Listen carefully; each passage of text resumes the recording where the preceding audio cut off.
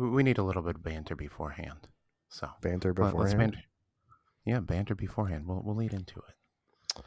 Well, This we've is been this. recording for 10 seconds, so we're already on the Yeah, way. I know. Absolutely. What have you You guys want been up to? actual banter? I went to a going away party for one of my employees. Okay, that's exciting. Connor, what about you? It's been a hectic weekend at work.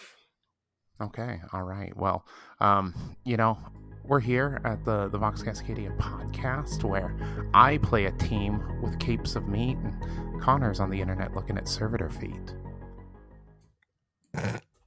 God, what? Come on, you are. Come I on, mean, you've been complaining all week about those servitor feet. not so much the feet, just the models, but You know, So do you have a specific kind of servitor feet that you like? not really. So you're not particular with your servitor feet. Any kind of servitor feet does it for you. This just feels like no matter what I say, there's not a good answer here. I mean, just All be right, this- honest with us, buddy. It's okay. Yeah. It's a safe space. We're all I friends mean, here. like, ironically, the bottom half, like the legs, are the things I think that will work easiest for kit bashing into Skitari because they match up pretty well with like the metal legs they've already got. So the thing that really kind of gets you going about those kits, what you would say, is the feet. metal The feet. legs, but yes, the feet are attached to them, I guess. Okay, gotcha. Okay. Yeah, it's been an exciting day in Kill Team. There's a lot of notes in this patch. How do you guys feel about it? I feel Balance fine. Dataslate? I mean, I mean, Casterkin got a whole page full of stuff that I have to decipher. Hunter Clay didn't get much, and they nerfed Hand of the Archon. So, That was abusive, honestly. Like out of nowhere, because fuck them. That's why. Absolutely. This Sanctifier's got a little hit. We had some interesting stuff. Lots of buffs, to the shooty team. So Pathfinders, Casterkin, what is it? Tempest Aquilons. Scions. Yeah. Gellerpox got a decent buff also. Votan. The Jaegers, not the other ones. The other ones got a bit of a nerf. A lot of movement. It should be interesting. Yeah, let's dive into that a little bit more. We can look at some of the teams that got some buffs, got some nerfs. Grant was nice enough to do the standard thing that he does and compile all of the changes into a nice PDF, which is on the Kill Team Cascadia Discord. If y'all want to see all of them at once rather than having to open 30 different things, thank you, Grant, for doing that. But let's talk about that in a little bit because we had a tournament last weekend, Tyler. Yeah, we did. It was a lot of fun. Very, very different tournament than we normally host, It was a very different tournament. So y'all have heard us talking about it if you follow along. The Rum Runners Rumble down at Just Rum out in Sandy, Oregon, about 20 minutes outside of Portland, I guess. Yeah, that's about right. So that was it was a different tournament for us. Tyler, you wanna fill us in a little bit of the vibes about what was why it was different and what did you think of it? Yeah. So the focus of this event was like a social event. Get together, eat some food, drink some drinks from a local distillery, also a local person in our community, who works there, and just play some fun games of Kill Team. We didn't play any Volcus at all. So really kind of trying to reinforce the idea that you can play anything and have a good time with Kill Team, as long as you kind of set up an interesting board and try to make it balanced somewhat, Yeah, Connor, you did not make it down for this tournament, unfortunately, but you were missed, especially since Thank you. You're part of the gang, and when you can't make it to tournaments, it makes us sad because then I had to find someone else to pick on for the whole tournament. So. Well, I'm glad to have at least missed that, but it did look like a good time. Looked like a cool space. Seemed like everyone had a great time, so that's always cool. And it was always fun seeing the photos of the weird boards, particularly Long Team.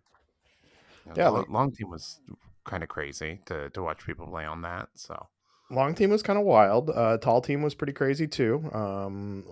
we'll have to get pictures to Connor, or actually myself. I guess I have access to the Instagram to see the boards. So if you can imagine, basically what was so long team essentially, Tyler, it looks like is a kill team board, but it's split in half. So it's like the 30-inch, it's like 30 by 22 is the board, and that's cut right down the middle. So you have like what, like two 15 by 22 boards that are put together on the long end. Is that about Yeah. right? Mm, yeah, that's about right. So, or I think it's the 30 by 11, or was it? I don't know. Whatever it is, you got to split down the middle, like you're cutting a hamburger deployment, or no, hot dog. Sorry, hot dog. I've been watching Can You Roll a Crit's recent video, and I got my foods mixed up. Yeah. Um, So you had like a 10-inch deployment, right? yeah, 10-inch deployment, and then you had zip lines. So that really kind of helped people move around this very heavily terrained board with a lot of stuff going on. Then you had a tall team was like, what's the name of that terrain? It's like Chalnath, like a lot of Chalnath, like 4 sets of Chalnath stacked on top of each other to create a very high vantages. And then there was, different like containers and stuff like that. Shopping, market booths that people could hop on to help them get up. And that had a couple special rules, like if you were shooting into a building from a different height, you were always obscured, or if they were underneath the vantage on there. And then it was only 3 inches to climb. So that gave people a lot of mobility on there, allowed them to really utilize all that height. And we had shifting objectives on that for each game. So that was a lot of fun. Yeah, and the objectives were not on the kill team floor; they were up in the buildings too, which was kind of cool. So Yeah. you couldn't just run around on the floor. You had to get up in the buildings if you wanted to get some points. I think the first game we had on that was Jeremy and Ivan, Phobos on Yeah. Phobos, I think. Absolutely. That was a great game to watch. They were just moving all over the place. If there's two teams that can take advantage of it, it's them. Now, and then, like you mentioned, we didn't have any Volcus. This was, I mean, we've been playing on Volcus, pretty much solid Volcus and ITD since October. So it was kind of nice to leave the Volcus boards at home. But Tyler, you didn't let me do a Beta Decima board. Why? My Beta Decima is beautiful. It's box art almost to a T, and you never let me put it out. Yeah, but I wanted people to have fun. Beta Decima is fun. Is it? I don't know. When was I've the never last time you actually had played on it. fun? I've never even played on it. Have you played on it yet, Connor? Have you played on Beta Decima at all?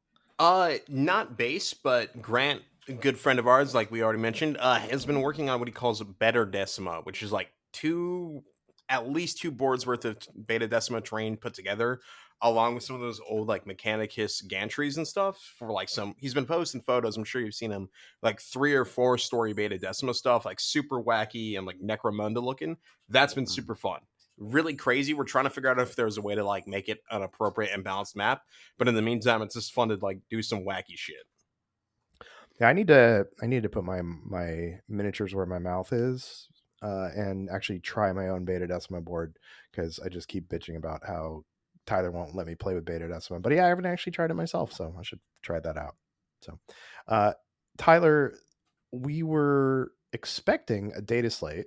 If y'all listened to the last podcast, we recorded the last podcast on Monday before the supposed Wednesday data slate, and then I think Tuesday we found out we weren't getting a data slate. So since we didn't get a data slate, you decided to ban sanctifiers. How do you still stand by that opinion? Yeah, I don't think we were necessarily going to have anyone come out and run sanctifiers, but Not with that attitude. sanctifiers are just a little too hot. Now they're still great. They're still amazing after today's balanced data slate. Let's not get that twisted, but they're a little more in line. Now, my question for you is, if this was, so this tournament, like we talked about, was a more of a casual tournament. It was 3 rounds. For your $55, you got 2 craft cocktails as well as a flatbread pizza. I really enjoyed the tournament because I got to day drink all day, and go around and make very decisive decisions on stuff because it didn't really matter that much. Um, Tyler, if this was a competitive tournament, so if this was one of our normal like 4 round tournaments, would you still have done that sanctifier ban? No, I probably wouldn't have. I'd probably let it play out for a competitive event. You know, at a competitive event, people kind of expect a level of gameplay, and you got to be ready for that level of gameplay to be brought to you. You know, this Sanctifiers could have potentially ruined the vibe of this event. We had a couple Goremonger players, but I knew that they weren't going to be focused on necessarily winning more thematic gameplay, so I wasn't worried about that. Yeah, we had Sylvia and Tristan, I think, were the two that actually played Goremongers, and they ended up matching up in the final round, and uh, they ended up tying in the final round, and they played on kind of your kind of cursed looking, almost Chaos, yeah, chaosy Chaos corn Wasteland, yeah. board. So Hmm. that seemed like a good final matchup there, and we did have, while it wasn't a competitive and it was a little more casual than we usually do, we did have some good output. Mike Mello won the whole tournament with Rekka Crew, beautifully painted Rekka Crew, by the way. Like, I love box art, and this was Amen. box art to a T. Like, he made me want to go back and actually repaint my Rekkas because his are so good. Yeah, they really were incredible to see. Um, like just fantastic display of skill there. Jeremy's Raven Guard looked incredible. Um, Alex's Ratlings looked amazing also. Yeah, and Olive brought their void dancers out, which are Harlequins. always amazing. So Yeah. I saw those up at the Hmm. Cascade Clash. Connor, you saw those. You've seen those before, and you've seen them in person, Yeah, they right? did a great job with them. They have the little like display chessboard with them, which was a fun little mini game to play. But yeah, everyone's you mentioned that like has posted photos of them, and they're all super impressive. So we ended up having Mike. So we had 3 undefeateds. We had Mike, Emily Beardsley, and Ivan Small, who all went undefeated. And based on the tiebreakers, because it went tournament points, and then I think it went completed crit ops, Mike ended up pulling out the win, scored 3 more crit op points than Emily, and then Ivan was there in third. And I think it went to like second tiebreaker for Emily and Ivan even too. So it was a super fun event. We put out a poll post event to see what people thought of it, and great responses all around. Uh, of the 14 people that responded, everybody who responded said they were very likely to come back to another event like that. So I definitely think we want to do more of those kind of casual with some extra stuff like food and drink. I know that a lot of people, I really enjoyed the fact that we, instead of having to like rush off for lunch someplace and try and like scarf down some fast food or something, we were able to just kind of stay at the venue and have lunch right there. Robert crushed it. Basically, Killed it with service. dude, Connor, we basically he basically went around all day long, like table to table, like taking people's orders and bringing back drinks and bringing back food and appetizers and stuff. It was quite the nice change from just, you know, us trying to go find something in the fridge at one of the local game stores. Now, love our local game stores. This was just a different feel though. It sounds like what like Alamo does for movie theaters, but for Kill Team. I mean, Kind of. I think that's a It's great kind of a comparison actually. vibe. Yeah. I would Yeah, love it to was have rent out a movie theater during the day, and run a kill team event in it, like one of those places. just see if we can get like Kennedy School to let us do something, because Kennedy School, I feel like they've got a lot of tables. If anybody from the Portland area knows McMiniman's Kennedy School, it's an old, I think it was an old high school that the McMiniman's company, Northwest, like staple, has turned into a movie theater. There's a couple restaurants, a couple bars. Like, that might be a kind of cool place to do something. I agree. I actually looked at it as a possible venue in the past, and it is expensive. Yeah, that makes sense too. Great thing about Just Rum was, besides the price of the tickets, they let us use their space as a courtesy. So that was super nice. So, yeah, I think we definitely want to look at at doing more events like that. I feel like it was less mental load for you and me as judge and and tournament organizer, because Mhm. we didn't really have any like super sweaty crazy rulings. At least I didn't. Like, I don't know if you No. had any like weird stuff that popped up. No, I didn't. I think that like the community's pretty great at this point. People understand the rules, and they were just out there to have a good time. They were able to settle things on their own, and if they needed someone, they called us over. But it was all pretty minor stuff generally. Yeah, it was super fun. It's probably one of my favorite events. I know, I mean, Kill Scream is always amazing.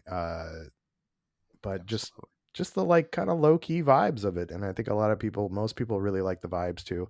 We had Greg from Bridge City Hobbies came out and brought us a box of Blood and Zeal, which Mike Mello walked away with, and I want to thank them again for sponsoring the event. I know we're gonna work with Greg more to do even more sponsorship. That was of our feedback. One of the things that people did is I think they did want more prizes. I think they're used to like bigger prize pools, where this one we had a box of Blood and Zeal, we had a box of like a $50 bottle of rum, and then like a $35 gift certificate to Just Rum as well too. So I think people are used to a little bit more from our prize support, but they're also not used to Yeah, events like this. absolutely. Like to have an all inclusive event like this was really cool. Like you said, just not having to go out, being able to just like hang out and eat your food and chill and talk with people, rather than having to figure out how you're going to sustain yourself for the next 4 to 6 hours. It was real nice. The service was great, food was great, just vibes all around were great. um yeah. So Connor, a lot of people, like, I bought a couple extra drinks. I think some, like, Cody, I think, walked away with a bottle of booze. Um, can you take a guess at the person what the amount of money that one person spent on an item from this distillery? So, a bottle of booze is $50 to $75 most of the time. Mm-hmm. Can you I'm setting this up horribly, but can you basically guess, like, What the most someone spent was yeah. on booze? Yeah. I'm gonna say 3 bottles, like 240 with tax. Never mind, Oregon doesn't have tax, so Ooh, like yeah, we'll just say yeah, no tax 240. here. It was a little higher than that. Yeah, Uh, a little higher. uh 342. We're gonna need a bigger jump than that. Oh Jesus Christ! So I'll give you a hint. It Mhm. wasn't a bottle, it was a barrel. A barrel. I'm gonna say $638. Right, keep Somebody spent going. $1,500 and Jesus, bought I do. a barrel of rum. Well, I hope they have Was fun that being a pirate, Patty? and also I don't know how much booze costs. I mean, when you're buying it by That the seems like a barrel, pretty good deal. I think it's a pretty good deal for by the barrel. So, because I mean, I don't know how big a barrel of rum is, but yeah, I was walking by as they were making arrangements with, I think it was John, the venue owner, who was they bought a $1,500 barrel of rum. Well, I think that's got to be like new high score for somebody buying something at one of our events. Yeah. I mean, We love the energy. It was Patty, I believe, who bought it. Met Patty for the first time. Super great. Amazing Bob. Just good energy. Seems like he had a blast. Met his partner too, who was there hanging out, catching the vibes. So, it was the kind of event where you could bring your partner to, and they could hang out, no problem, and have a good time, occupy themselves in the separate area, have some drinks, have some food. It was really cool. yeah, it was pretty sweet. I think Jed brought their partner too, and they hung out. And so at one point I walked through, because we were off in the kind of the back room area, but they had the main kind of restaurant or bar area where there was one person. When I walked through, you had on the other side of the wall, you had 30 players playing Kill Team. On this side, you had one guy on his Steam Deck, and then you had somebody, I think it was Jed's partner, who had a stack full of D&D books and was on their laptop, and it looked like they were working on like a campaign or something. I was like, this has got to be like the nerdiest distillery ever at this point in time. So, um, Absolutely. yeah, amazing event. Love Thank it. you, Robert, for hosting us out there. Thanks again, Greg and Bridge City Hobbies, for the prize support, and thank you everybody who showed up too, because all that other stuff doesn't matter if people don't come. And appreciate everybody got home safe. Everybody kept their head about them too. Like I didn't nobody. I mean, we were there all day, and drinks started being served at like 10 a.m. and nobody got out of line. Everybody was cool and good and adults. Yeah, absolutely. Fantastic job, everyone. That's why you're amazing. You make this community that we're part of really something special. So, All right. So, you guys ready to talk data slate? So, we hinted at it a little bit. Some big changes. Connor, I know you've been waiting for this day for a long time, so I'm going to give you the floor for as long as you want until I cut you off to talk about your sweet baby robots. I mean, there's not much to talk about. We got a free ploy. I think what just frustrates me the most is these are the same issues the team had 3 years ago. So, like, everything that got buffed about them last edition essentially got reverted with the start of this one. So it just feels strange that GW seems to not want to throw us a freaking bone here and give us something to play the game with. Like, I get they're a tier 1 team and a abysmal play rate and a pretty low win rate, but they're still a thing in the game, guys. That still means you should at least pay attention to them. Same thing for like breachers. Like half these like updates didn't do dick all, so it just feels like a bit of a bummer BDS for a lot of these teams that were looking for something a little more substantial. yeah, Breachers definitely got shafted there, along with your 100 Clade. And it's like they're clearly looking at the year 1 teams with Pathfinders getting touched. Death Krieg got touched. And then they touched, Corsairs too. They gave them a pretty substantial nerf. So they're looking at those teams. I just don't understand why they haven't done anything with some of the other ones that really need the love. And like some of the changes, as we said, Hand of the Archon got hit for no reason. They've got like a really 49% win rate, like basically balanced. And they took away Ceaseless for a pain token, for no reason. Like they're objectively worse than Goremongers now. I mean, they have been, but like it's just it's rough. This Balance Dataslate feels a little lackluster to me. Yeah, I think I'm surprised that breachers didn't get more. Especially with the changes to like Vetguard got a touch, and some of the other, like Tyler, like you said, some of the year 1 teams. Acerkin, yeah. Yeah. But Hunter, I mean, did any of the White Dwarf teams really get anything? No, Void Dancers got a nerf. I mean, Warp Coven, we all knew they got a heavy nerf last one. And then Wormblade went untouched. I think Wormblade are going to be. I think they're hard to collect, but they're a pain to play against. They have 75 different rules on every weapon. They literally I think you just basically take the glossary out of the back of the book and just put some stats on it, and that's their weapons. Always seems like they have every single rule. Anything else that stood out to y'all? It sounds like Felgor. I mean, we're not the sweat strategy team, if you can't tell. I know that Sean was on Just Another Kill Team podcast with Can You Roll a Crit, and they put out a good summary of what actually changed. But anything else that stuck out with y'all? Felgor looked like they got beat down pretty hard. Yeah, Felgor got a significant nerf. Just play Goremongers. You want to play elves, you should just play Goremongers. That's really like the vibe I got. Goremongers are probably going to be the team right now, up until Tacoma, unless we get a sudden Balance Dataslate before then. They're going to be pretty dominant. I think a lot of the meta is going to focus around them, given everything that happened. Well, speaking of Tacoma, so we got Tacoma in under 3 months, I think. So we'll probably get it the next, like the quarter 3 Balance Dataslate will probably be the week after Tacoma, based on how they've been dropping them. We did a little, we polled the community, did a little Ask Vox Cascadia again. We haven't done it in a while, and Sean asked what we're going to take to Tacoma. So Tyler, based on this data slate, and you just finished your sanctifiers, right? What are you taking to Tacoma? I mean, I love what I did with my sanctifiers. So I may take them. I think that they're super dope models, and that's very tempting to me.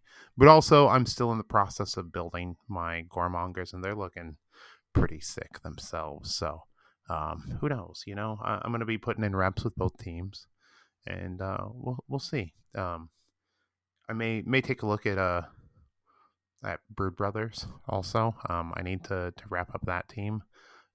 Cody so generously donated the rest of what I needed a while back, and I just never got it back around to it. So, LBC, what about you? What are you thinking?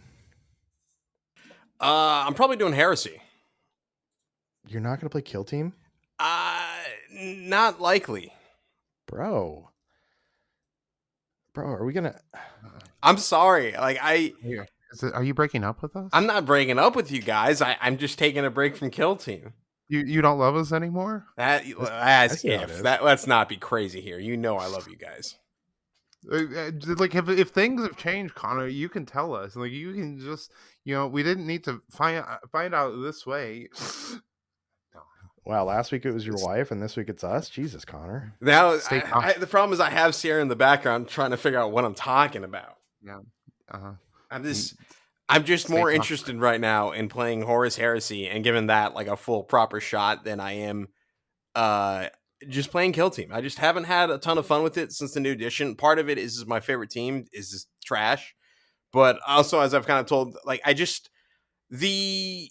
the kill op is something I have less fun with because I'm an extremely aggressive player, and so that just means I give it away, as well as just the single secondary for your team. Just makes the game feel very samey to me, mixed on with the fact that most of the crit ops just kind of end up being spin an action point on the point to earn a point, whether that be at the end of the turn, right then, or at the end of the game, has me feeling that a lot of the games just kind of end up feeling samey far more than they did in the previous edition. I think that that's a valid criticism of the game right now. I think Volcus is a major problem also. That too. The map packs have kind of killed it for me, at least in terms of tournament, because like, by no fault of Games Workshop or anything, but people just use those because it's easy and it's set up, and we all know what a decent enough Volcus layout looks like in that regard. Yeah, honestly, after this event, I may just stop playing Volcus altogether at our events. We don't have to play Volcus. You can do whatever you want. It's our scene. Let us know in our comments in our Discord what y'all feel about that. If this is a crazy idea, but yeah, I'm not enjoying Volcus. I know you're not. I know a lot of other people that aren't enjoying Volcus right now, and so we don't have to take it. We can do whatever we want. So Rum Runners may bleed over into everything else we do for the rest of this year.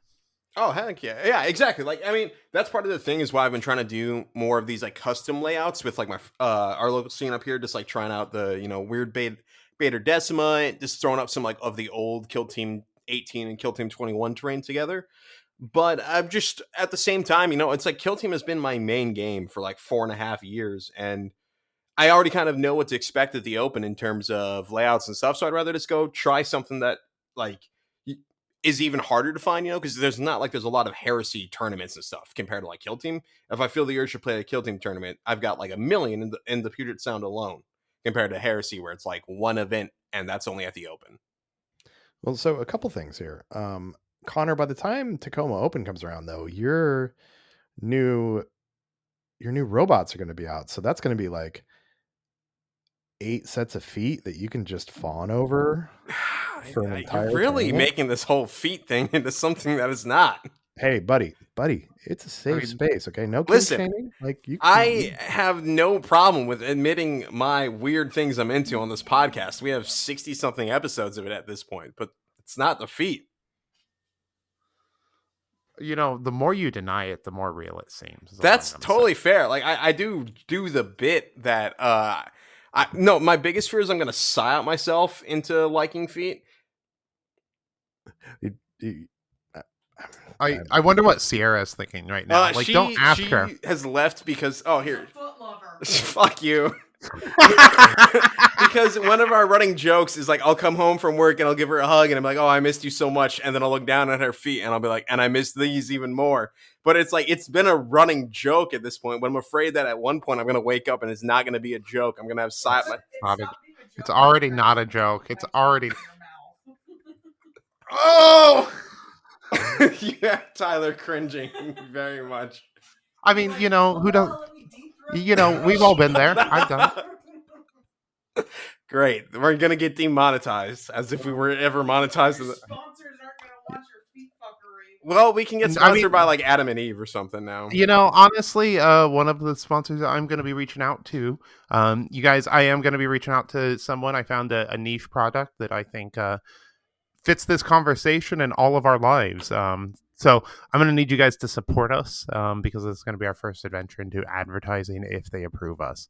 And hopefully they listen to this segment, Yeah, true. This is actually a great potential.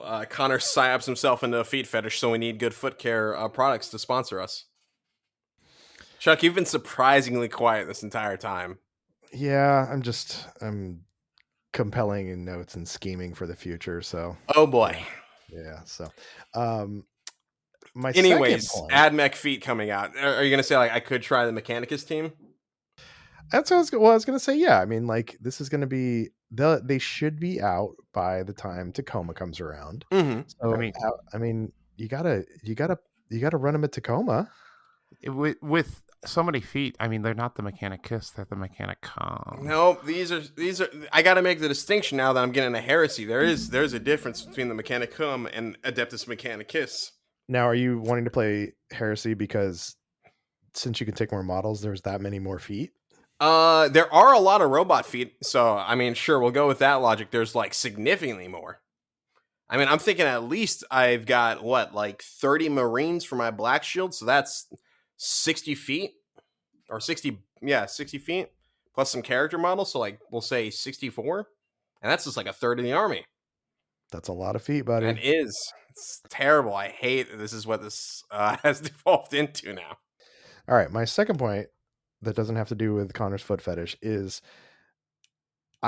your complaints about this edition, I think, between Vulcus and the single secondary, I think are very valid, but they don't resonate with me, and I think that's because I'm a simple bitch. Like, I'm like, great, one thing to choose from. Great, I don't have to worry about maps. I don't even I barely even remember the maps that I've played. I'm sure I've played all of them and played them all multiple times, and I'm still just like, I don't know which side of the board to pick. I don't know how to deploy on this.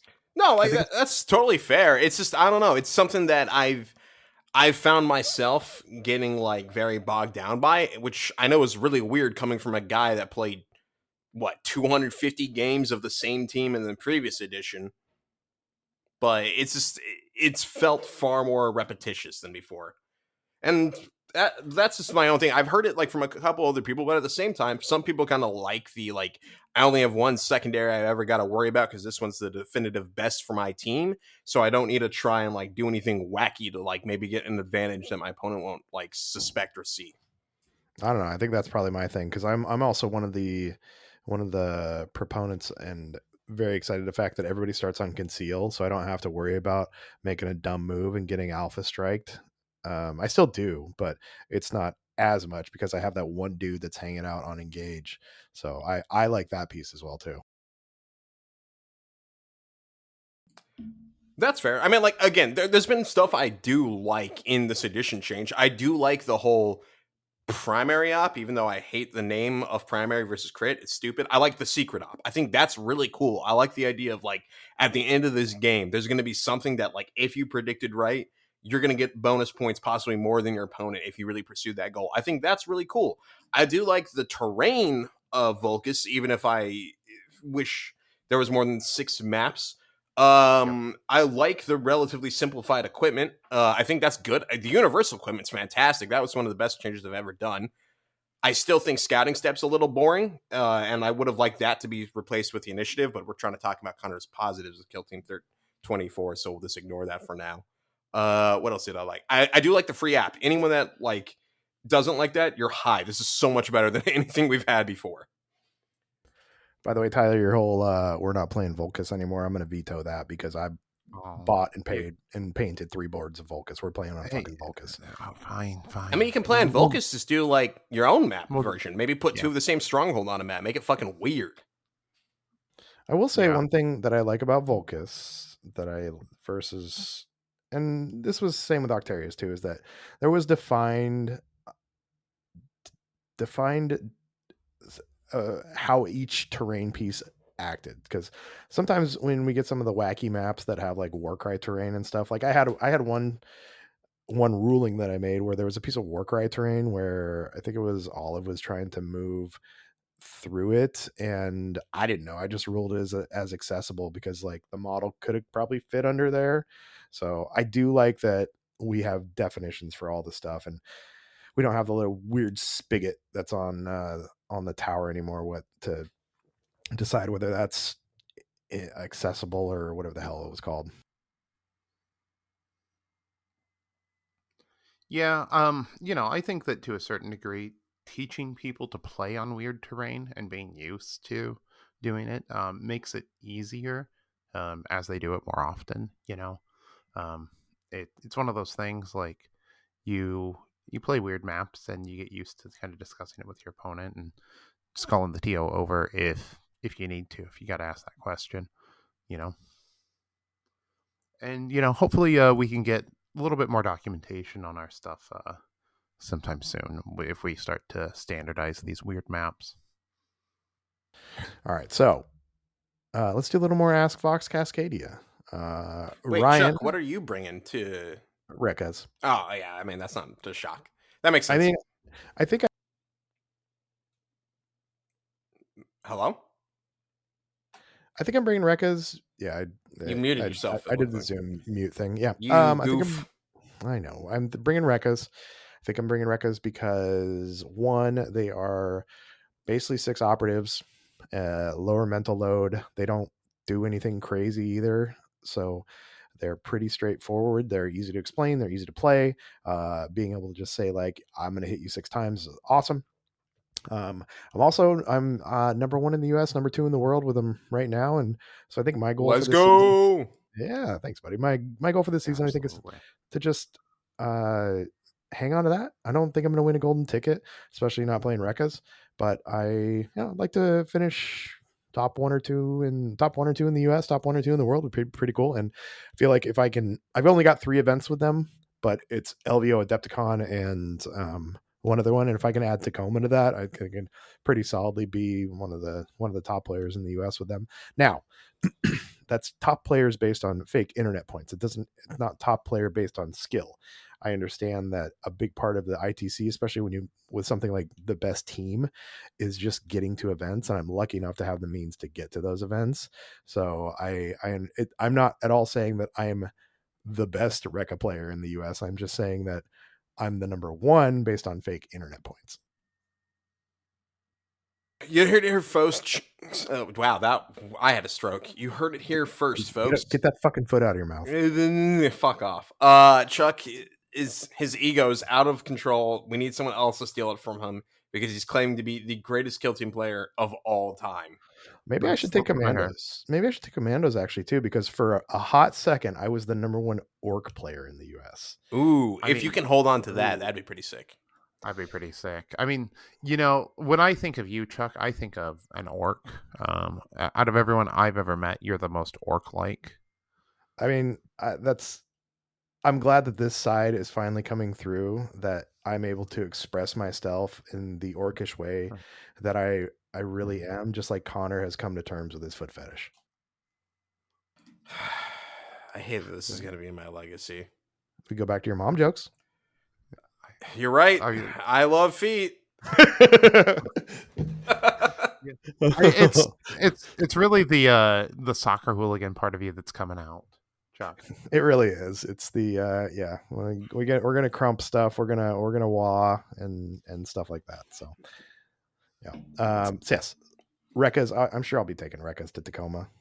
That's probably I'll probably bring Commando. Nick and I are playing in the team tournament. I'll probably bring Commandos for the team tournament. So that'll fill in my Commando piece right there.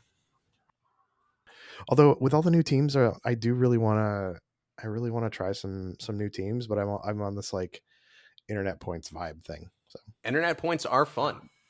And yeah. keep going with the internet points, man. It's fun. Like, you got a thing going. Yeah, I'll bring the other teams to Mind Taker on the weekends, and I'll play those there. So Exactly. if I can find it real quick, Connor, Nick, I was talking today about how we should maybe do a wellness check on you. I was going to send Nick over to check on you and just see how you're doing. And he had a really good equivalent for what Hunter Clade are. He said, Hunter Clade feels like it was someone's pet project they got to do for White Dwarf, and they were let go at some time later, and nobody wants to deal with it. Fuck, man, he might be onto something. It's starting to feel like that. For real. Like, I get they've always been a weird team, but come on, Games Workshop. I wrote articles about how great this team was. Give me something here. That's what I said. I said we should let you do it, and Nick said you should volunteer to GW and send in an application with your suggestions. I mean, fuck it, I'll move to the UK to make AdMech their team and kill team, and maybe like some proper kung fu electro priest. Ever since Tyler said that, I'm like, God damn it, that's such a cool idea. Why isn't it a thing? So, it's perfect. Like, the Electro Priest are the perfect place to put like an Asian influence into 40K. Speaking, you're not wrong. That would be cool. But that reminded me of, like, you could have the like some bullshit type of thing, like this tech priest uses this like kung fu style and it's based off some like classic ninja thing, or like kung fu actor like Bruce Lee or something. One of my favorite scenes in any 40K book was they have like a Black Templar fighting like the equivalent of a Scutari Marshal in the Forges of Mars thing, and they were quoting practically like 40K-fied English, but word for word the scene between Wesley the Pirate and Inigo Montoya in Princess Bride. And that's probably one of my like favorite little 2-paragraph like descriptions in 40K, because it just perfectly encapsulates that this entire hobby is just stupid references from people's childhoods building on top of one another with a sprinkling of sci-fi and like satire thrown in. Absolutely. I mean, like, they got like the cool staffs, like you got the guys with like the hands that like shoot chi energy, like it's like perfect. It's like a perfect way to do it. I think it would just be like so cool. You'd have like a guy with like 2 staves, like, like you can just do so many cool Electro Priest weapons and give them like chi points or electro points or motive force points or whatever you want to call it, and just make it dope. Connor, is that going to be part of your suggestion for? That will be the new team I'll suggest. Yeah. I mean, Right. if they hire me for Kill Team, every other box is going to have AdMech or Dark Mech for like a full year. We're going to go back to a Forge World, and we're going to do it right this time, instead of stupid elves and Space Marine Scouts and whatever. The Night Lords were cool. They fit for running up amok on a Forge World, but everything else, we're changing it, baby. We're gonna do it right this time. Well, I wish you Godspeed, good sir, and good luck with that. So I mean, let me know maybe when you submit your application. Hey, it can't be worse than working for the government right now. So Yeah, that's fair, I guess. So speaking of working for governments, let's we're gonna do some more Ask Vox Cascadia, but we have a sponsor again this week that Connor has been. Connor, are you ready for the sponsor read for this week? Were you ever gonna send me a script, or was this supposed to be off the dome again? No, this is off the dome again. This is just you Give and me your 1 experience. second to Google something really quick. Okay, while you're Is Googling, he even allowed to do this one? probably not. I mean, it might get him fired, but I've already that's on him. had some. I can't really go full into the story, but I had already had a bunch of security bullshit I had to deal with this week because some jackass gave me stuff in a report I wasn't supposed to mention, and now I'm getting to deal with the flack of mentioning something in a report that I shouldn't have because no one told me I shouldn't. So Awesome. yeah, it's been a fun like 5 hours of phone calls and meetings with various like upper security people. So why not just fully embrace it? No, before you get when you're ready, let me know, because I actually have some support for you for this ad read. So you just let me know when you're ready and we'll get going. But in the meantime, we'll do a little bit of Ask Vox Cascadia. Keaton asked, "What will fix Vespids?" And I think we got the answer today. They got an extra body, and then they got some extra like nuclear stuff to put on the ground when they fly over somebody, right? Yeah, and then they got what, lethal 5 and melee. Yeah, so I think Vespids, it's another 11 operatives counting the drone. Might be. I mean, what's that? Like it's going to do better, but Tyler, do you think they're going to have enough gas to do anything great, or do you think they're just going to be like not as brutal to get to play? Well, we'll see. It could be interesting. They've got some interesting melee. What I think the melee has shock on it also. Um, so like there's a lot of bugs, and the little drone also. It doesn't have to have visibility. You can just do its thing within 6 inches now. So, I think that they may be quite a bit better. I don't think that they're going to be dominating by any means, but like that's a huge buff to them. Well, I'm gonna. That's one of the teams I want to try on like a weekend game, just a casual game, because I got them painted up and they went straight into the cabinet, and I haven't done anything with them since. So, one thing I wanted to mention is actually we have a YouTube channel that we don't do anything with. Our podcasts get published up there, so if you want to listen to us through YouTube, you can. But we got a comment the other day. Actually, Mercenary 0712 said Vox Cascadia, the most based kill team podcast out there. And I think based is a good thing, right, Tyler? It is, yes. Absolutely. Yeah, Okay. it's of based god, of little b, the base god. Yeah, so Mercenary 0712, thank you so much for the comment. And yeah, I agree. We're the most based kill team podcast out there, if that's good. We try to be, yeah. Yeah. And what we're speaking going of for. being based, I think I've got our ad read ready, Chuck. Okay. All right. Hold on. Here. All right. You can start and give it like a couple seconds, okay? Okay. I can't wait to hear this. Dear God. We definitely can't do this. We I literally think it's illegal for him. It's okay.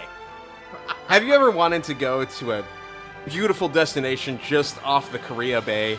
Somewhere where the land is freer than America, democracy flows with the greatest love for all, economics flourish, culture beautiful where we kidnap directors from other lands, then come on down to North Korea, one of the finest countries on the planet. Sure, our capital might be a word Connor can't pronounce right now, Pyongyang, I think? I've heard that on NPR. But we've got beaches and coastline for days, and a relative latitude farther south than most of Spain. That means all those beaches are beautiful and wonderful. You can sit on them, enjoying the sun while avoiding patrol boats. You can sing glorious songs for Kim Jong-un right now, I think. Yeah, Kim Jong-un. He's the best, and we've got a great flag. Kind of honestly, like, unironically, I do kind of like their flag. It feels like something out of a video game. So that's pretty cool. Anyways, North Korea, better than the South, just like Carolinas and Dakotas. This ad was totally not real, and they're not a real sponsor. Yet.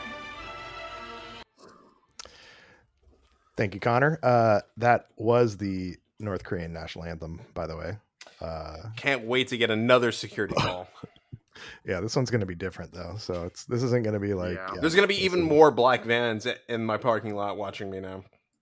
Yeah, so congratulations. Thank you, Connor. I at this point, I think you've fulfilled your punishment for getting bested by me at Adepticon. So who, between you and Tyler, who had the better record? Who is there a punishment for the loser of that too? We didn't play. Oh, never mind. We May 24th. We're playing at Mindtaker though. So that's what it is. We got a couple weeks to let the Patreons figure out what our punishment's going to be for that one. And I'm assuming Tyler's game. He's not going to wuss out or anything, right, Tyler? I'm not going to wuss out. So yeah. So real quick, while we're on the subject, thank you, Patreons. Jenna, Cody, Sam, Sean, Nick, Holly. Holly, we missed you last weekend. Zarin, Greg, Rob, Zach, Scott, Keaton, and new Patreon, Ryan. thanks for jumping in, buddy. Appreciate it. Thanks, Local everyone. Vancouver guy, and thank you, actually one of the guys who's helping run the tournament we're going to be playing in on the 24th. So we really appreciate it.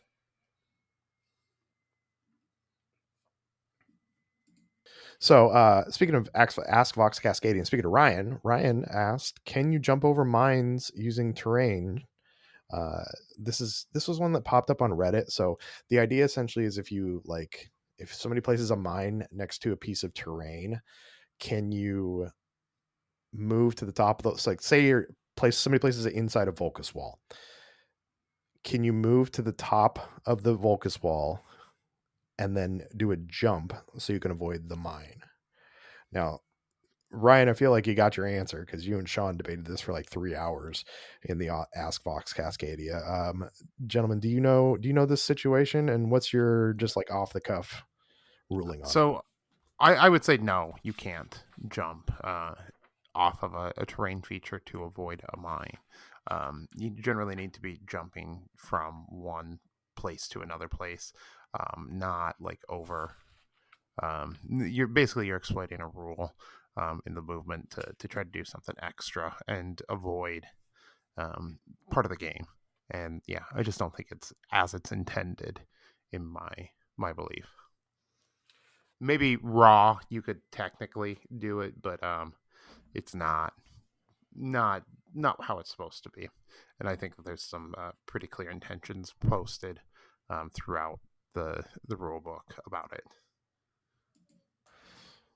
Connor, any Uh, thoughts on? I like the idea of an action movie, but if you want to say no, you can't do it. Just think of fuck, what were those mines called in Modern Warfare 3? The ones that like bounce up. Bouncing Betties? Those Bouncing ones, Betties. yeah, they exist. They have that in the 41st Millennium, and they still get you even if you jump. So you can try it, but you'll still explode. Fucking hated that mission on Veteran. Hypothetically, Scott also asked, can you explain how jumping off/over barricades works to gain some extra movement? I hear people talk about it, but can't wrap my head around it. And I think that's just also kind of one of those, you're taking advantage of the rules and not really playing them as intended. Yeah, I have no clue. Jumping has always been something that was weird to me, and I was even more confused by the conversation where I was trying to get clarification. Yeah, again, people are just trying to expend tricks to get extra movement. You can't do those things. You can still only move your move stat on there. You still have to pay for all your movement, and stuff like jumping to get around it doesn't actually work. It's just people who are being sweaty nerds, trying to exploit stuff for small advantages at what should be a fairly fun game. We also had Colin ask, do you think there's a point where there'd be too many kill teams? And Cody kind of chimed in, and Colin kind of agreed that we're kind of at that point right now. Do y'all think that there's too many kill teams? I know we're going to be probably October is when the classified happens. But even though we're classifying and declassifying, having declassified teams, by the time we get to the end of this edition, in this edition of Kill Team, they're going to have like 50 plus teams that are going to be legal for most stuff. From like a game design perspective, trying to keep balance on that many is probably difficult for the game designers, especially because there's only a couple of them that work on Kill Team. From a player perspective, I think we should have as many teams as possible. I think there's still potential archetypes to be explored.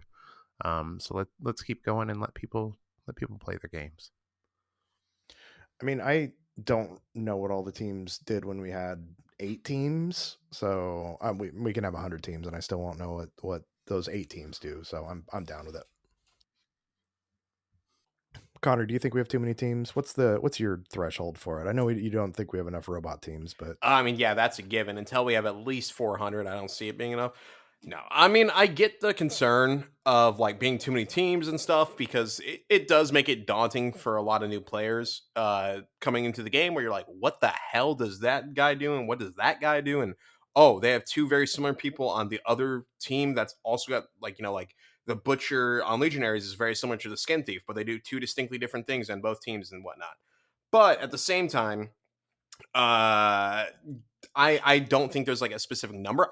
prefer, if they're going to keep adding teams, maybe slow down the release schedule to, instead of every 3 months, maybe like 3 boxes every 4 months. That way you can kind of give it a little more breathing time and stuff. But personally, not. I think you could do a lot more teams without it being too much of a hassle. But I know that might be a little bit more of a hotter take, because I know there's a decent amount of people that are confused, and there's just a lot of shit you got to remember for the game. So trying to catch up the speed definitely takes a lot of time. Yeah, well, I like that idea. You said 3 teams every 4 months rather Or than a box every 4 months, so you get 6 new teams in a season instead of 8. Gotcha. Can give you some more time Oh, to whoa, breathe. whoa, yeah, whoa, slowing down release schedules. I know Games Last Workshop would miniature- never like that, but I do think it would be good overall. Last miniatures. I don't know, man. You're asking for less. I think I like your idea how you first said it. We get 3 boxes, 3 teams at every 4 months instead. That'd be 9 teams in the course of a year. it's even more Yeah, teams. so it'd be 12. Well, like 3, yeah, true.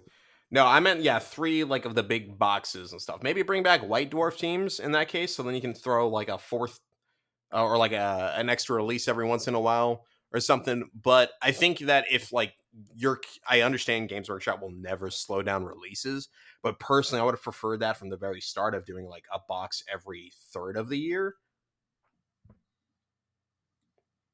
Yeah, I mean, I don't know.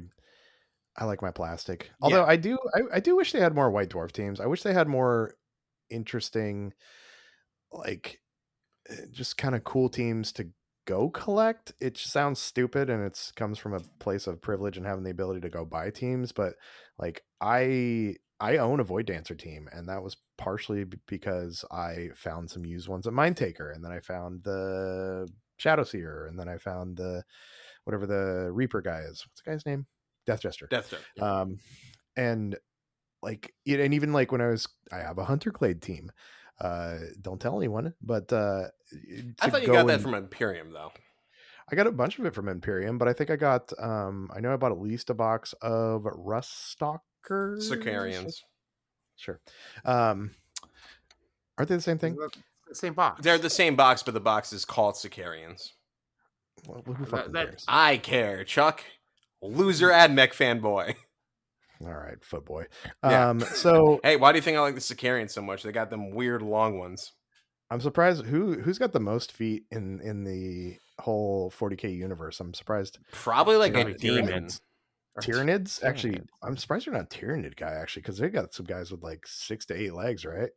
I'm not a bug guy in real life or in the game. Bugs freak me out because one time we went camping, and I guess I put my sleeping bag on an anthill, and I woke up covered in bugs. It was awful.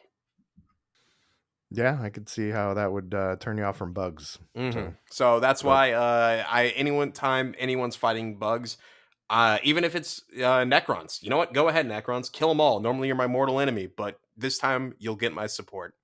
Necron's got a lot of feet too. I think Luminar Xeris has 6 legs. That's true. I mean, I think it'd still probably be like a demon. There's got to be some creepy demon out there like that's only feet. Like, I'm gonna have Nick paint up a bust for you that's just feet from like the calf down. Thanks, buddy. I'm sure I'll love it. Yeah, I mean, yeah, he's a great painter. So, yeah. So, well, gentlemen, thanks for joining. Tyler, it's great to see you. Great to hang out this last weekend and drink. Connor, we missed you, buddy. I missed you guys too. Yeah, we got our beach weekend coming up, like not really soon, but we've been talking about it, so that'll be fun. Yeah, a couple middle of August. So,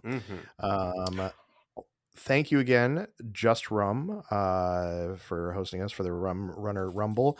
We will definitely be back there. Anybody in the Portland area, if you know a good restaurant, bar, brewery, distillery that you think would be good to host an event, Connor, Tyler and I will definitely go have scouting events where we can go drink and talk about doing kill team events.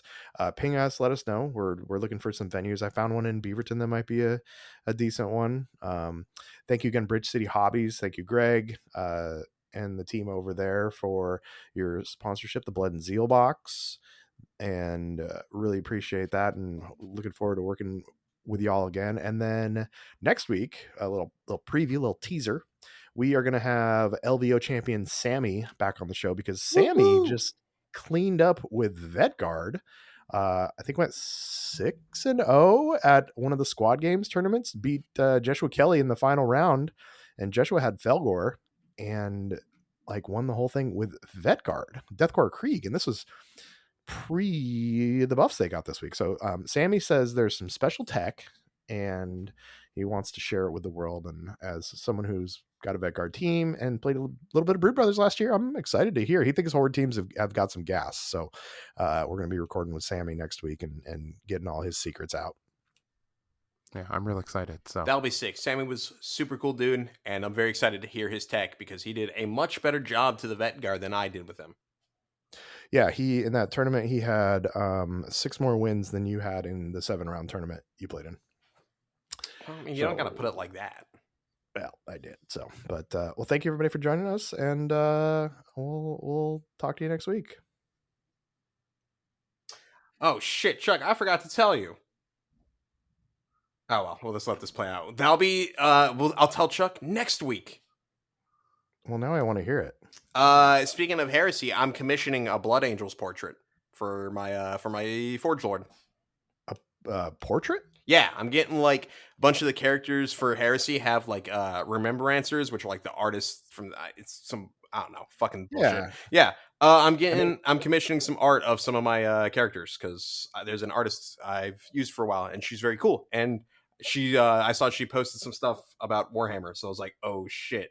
You just fucked up because now I get to just blab info at you and you have to paint it now. Is she gonna take some special care on the feet on those? They're from the chest up. You know what? I'll take this over the mock. You're not getting glorious full body shots of your Blood Angels, and you know that the Blood Angels have those cool feetsy boots too. Like this all fits. It all makes sense. You know what? If you guys want to add to Connor's art fund, sure, then I will commission some with the feet as the defining feature. I mean, how much is it? Yeah, like how much extra do we need to donate to make the feet as the defining feature of your portrait? I'll find out, but you know, like all those I think it's the bolt gun where he's like standing on the mound of corpses. We'll do something like that where his foot is at the very front with like a banner or something. Yeah, just okay. Yeah, no, I'm 100% down for that. So Okay. this is where your Patreon money's going. Patreon, thank you. So keep joining. We're gonna have to make a new tier called like Feet Fans or something. We love you. Good night.